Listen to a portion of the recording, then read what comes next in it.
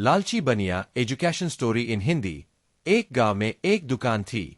गांव में एक ही दुकान होने से उसका मालिक रतिराम पूरे गांव वालों को लूटता रहता था। शहर बहुत दूर था, इसलिए रतिराम अपने सामान के बहुत ज्यादा भाव रखता था। गांव वालों को मजबूरी में सामान लेना पड़ता था। एक दिन एक किसान रतिराम की दुकान पर आया। किसान भाई, ये गुड़ कैसे दिया? रतिराम 100 रुपए का 5 किलो।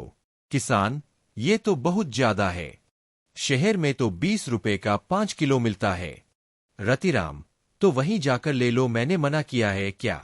जब यहां से 2 दिन में शहर पहुंचोगे वहां से गुड़ लेकर गांव आओगे, भाड़े में ही 150 रुपए लग जाएंगे। 4 दिन का काम का नुकसान करके यही गुड़ 170 का पड़ेगा। अब जल्दी बताओ, लेना है कि नहीं? किसान दुखी होकर गुड़ लेकर चला जाता है। इसी तरह पूरा गांव लालची बनिए से परेशान था, लेकिन इसका कोई उपाय नजर नहीं आ रहा था। लालची रतिराम कभी कभी गरीबों को उधार में सामान दे देता था, बदले में दुगना तिगना ब्याज लगाकर। कभी उनके घर के बर्तन, कभी उनके पशु अपने कब्जे में कर लेता था। गांव में सुजान सिंह एक गरीब किसान खेती से किसी तरह गुजर बसर करता था।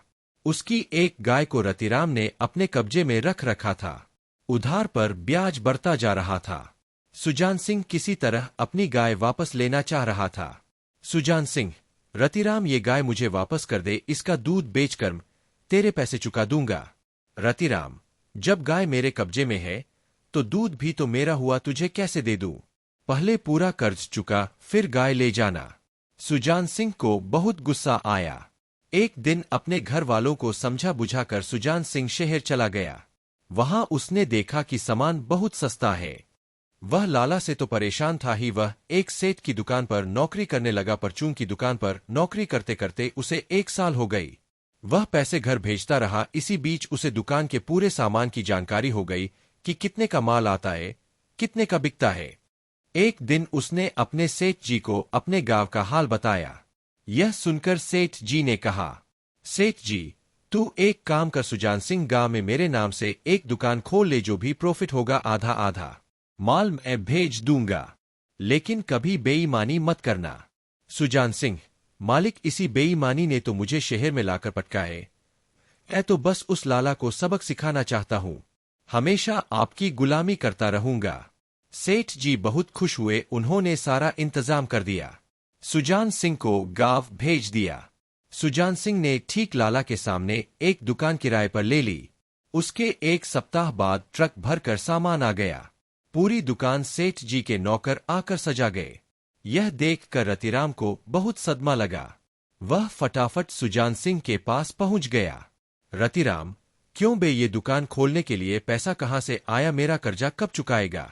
देख, नहीं तो ब्याज बढ़ते बढ़ते इतना हो जाएगा कि ये दुकान भी मेरी हो जाएगी। सुजान सिंह, चल बता, तेरा कितना पैसा है? रतिराम फटाफट बही खाता देखकर पैसे बताता है। सुजान सिंह उसे उसके पैसे दे देता है। यह देखकर रतिराम पूछता है, रतिराम, कहीं डाका डालकर आया है क्या? मैं तेरी रिपोर्ट लिखाने जा रहा हूं। सुजान सिंह, मैं तो नौकर हूं, ये तो शहर में बैठे मेरे सेठ जी की दुकान है। बोर्ड पर देख, उनका लिखा है, शहर जाकर उनसे पूछ।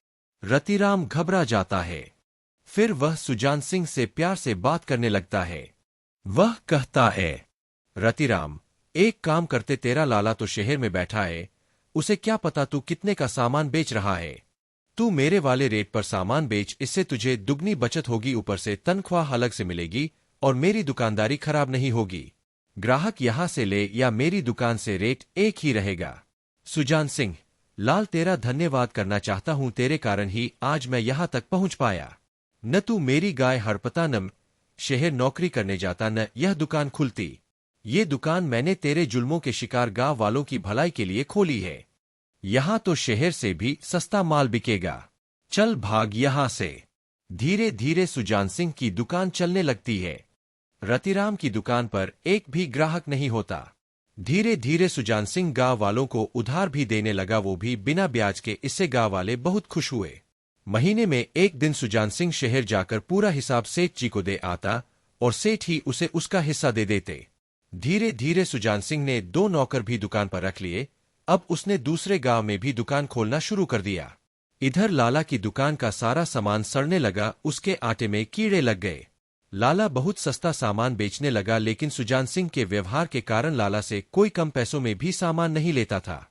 शिक्षा, लालच का घड़ा किसी न किसी दिन फूटता ही है।